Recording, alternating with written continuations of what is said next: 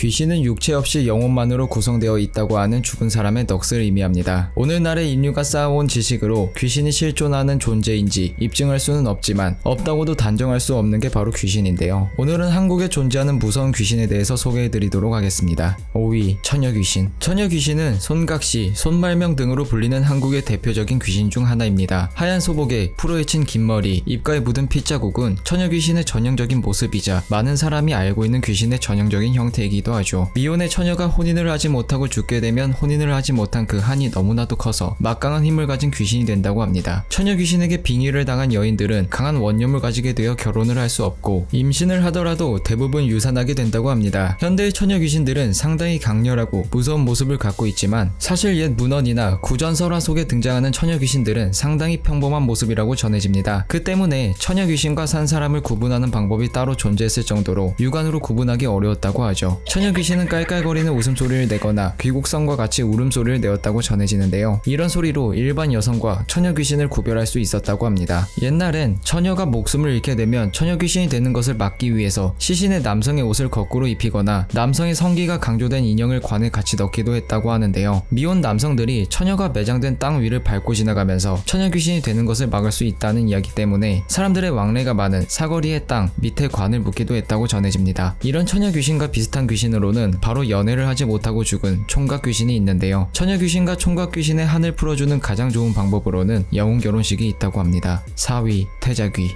태자귀는 태어나지 못하고 죽은 아기의 영혼인 태아령으로 임신 중절이나 자연유산이나 사고에 의한 유산 등 태아가 목숨을 잃는 경우는 다양하지만 임신 중절 수술 같은 강제성을 띠는 태아의 사망의 경우 태아령이 만들어질 가능성이 높아진다고 하죠. 하지만 단순히 태아의 죽음만으로 모든 태아가 태아령이 되는 것이 아닌데요. 아이를 잃은 엄마의 슬픔과 죄책감, 목숨을 잃어 태어나지 못한 아이의 원한이 뭉쳐지면 태아령이 된다고 합니다. 태아령에 빙의하게 되면 분노, 극심한 고통과 감정기복, 불안감을 느끼게 되고 음식이나 장난감 또는 액세서리 등에 강한 집착을 보이게 된다고 하는데요. 간혹 아이와 같은 말투와 행동을 하기도 하고 때로는 남편에 대한 극심한 증오를 표출하거나 가위 눌림, 악몽 등을 꾸기도 하죠. 약물에 의한 유산이나 낙태를 했을 경우에는 머리와 목 통증이 동반되며 속이 메스껍고 심한 구토감을 느끼게 된다고 합니다. 더불어 유산 시에 태아가 겪었던 몸이 찢어지는 듯한 고통을 똑같이 겪기도 하고 배가 불러오고 입덧을 하는 등 상상 임신과 같은 증상을 겪기도 한다고 합니다. 태아령이 빙의되는 데에는 필요한 조건이 있는데요. 그것은 바로 탯줄과 자궁이라고 합니다. 태아령은 뱃속에서 먹고 자고 생활하며 자기 집인 뱃속에서 생을 마감했기 때문에 자기의 집이자 무덤인 엄마의 자궁에 붙어 있으려는 속성이 있다고 합니다. 혈자리를 타고 등이나 옆구리, 가슴, 배 등 엄마의 몸 이곳저곳을 이동하기도 하지만 항상 엄마의 곁을 떠나지 않는다고 하죠. 태아령은 악기가 되기 매우 쉬운 귀신 중에 하나라고 알려져 있는데요. 그 이유는 바로 불교의 육도 윤회에서 가장 중요하게 여겨진다는 6번째 과정인 환생의 단계를 시작하려는 찰나의 기회를 빼앗기고 자신의 명대로 살지 못하고 죽게 되었다는 그 한이 상상을 초월하기 때문이라고 합니다. 악기가 된 태아령은 부부의 임신을 방해하거나 이미 뱃속에 있는 아기를 유산시키기도 하며 엄마의 뱃속에 있는 아기에게 붙어서 함께 성장해 출산한 이후에도 형제자매에게 붙어있기도 합니다. 태아령은 아이나 어른보다 더 약한 태아가 귀신이 된 경우이기 때문에 상대적으로 다른 귀신들보다 약할 수밖에 없는데요. 그 때문에 다른 귀신이 함께 있을 때는 태아령이 두려움을 느끼기도 한다고 하죠. 3위, 요사귀. 요사귀는 요망하고 간사한 귀신을 모두 이르는 말로 자신이 뜻하는 바를 이루기 위해 말과 행동으로 사람을 홀려 속이는 귀신을 뜻합니다. 요사귀는 사람이 죽어서 되는 경우와 동물이 죽어서 되는 경우로 구분하는데요. 동물이 죽어서 되는 경우에는 오랜 기간 힘을 길러 요사귀로 발전된 것을 말한다고 합니다. 일반적으로는 요사귀가 되는 동물로는 개와 고양이, 뱀을 들 수가 있고 영물이 되는 동물 중 자신의 죽음이 원통할수록 요사귀가 되기 쉽다고 합니다. 상대적으로는 뱀 귀신의 비율이 가장 높다고 하죠. 참고로 고통스럽게 죽은 동물을 먹은 경우 벌전을 받아 동물은 악귀가 되어 자신의 먹은 사람에게 빙의할 수 있으며 이러한 벌전은 3대 자손에게까지 대물림되기도 한다고 합니다. 동물령, 요사귀의 특징은 생전에 보고 들었던 사람들의 말과 모습을 학습해 따라할 수 있다는 것인데요. 이러한 특성 때문에 일반인은 물론 무당조차도 속일 수 있어서 악귀 중에서도 상당히 까다로운 악귀라고 합니다. 또 오랜 기간 동안 힘을 길러온 덕분에 다른 귀신들을 끌어들이고 마음대로 부릴 수도 있는데요. 빙의를 했다가 무당에게 들킨 경우 자신이 잡히지 않기 위해서 자신의 모습은 숨기고 자신이 부리는 다른 귀신들을 내세우며 자신을 보호하기도 한다고 합니다.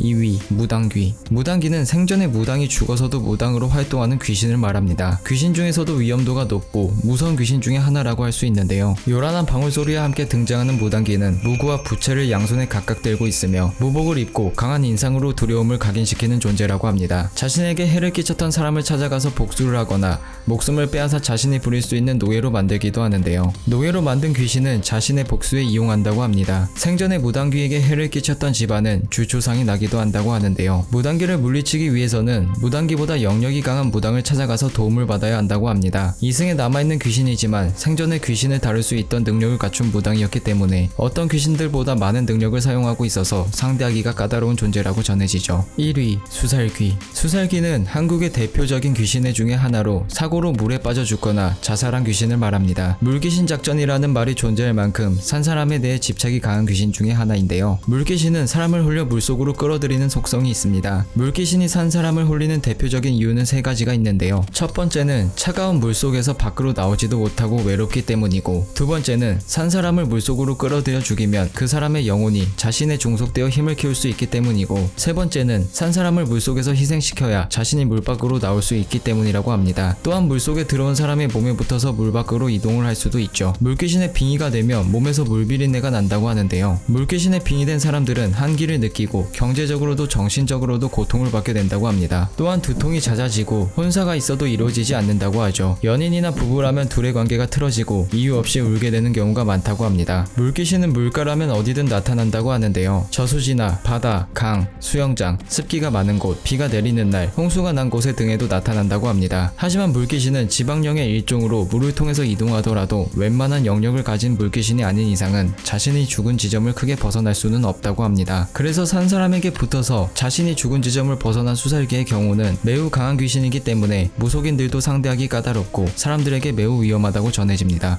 오늘은 한국의 귀신들 중에서도 위험하고 유명한 귀신들에 대해서 알아봤는데요. 여러분이 알고 있는 색다른 귀신들이 있다면 댓글로 남겨주시기 바랍니다.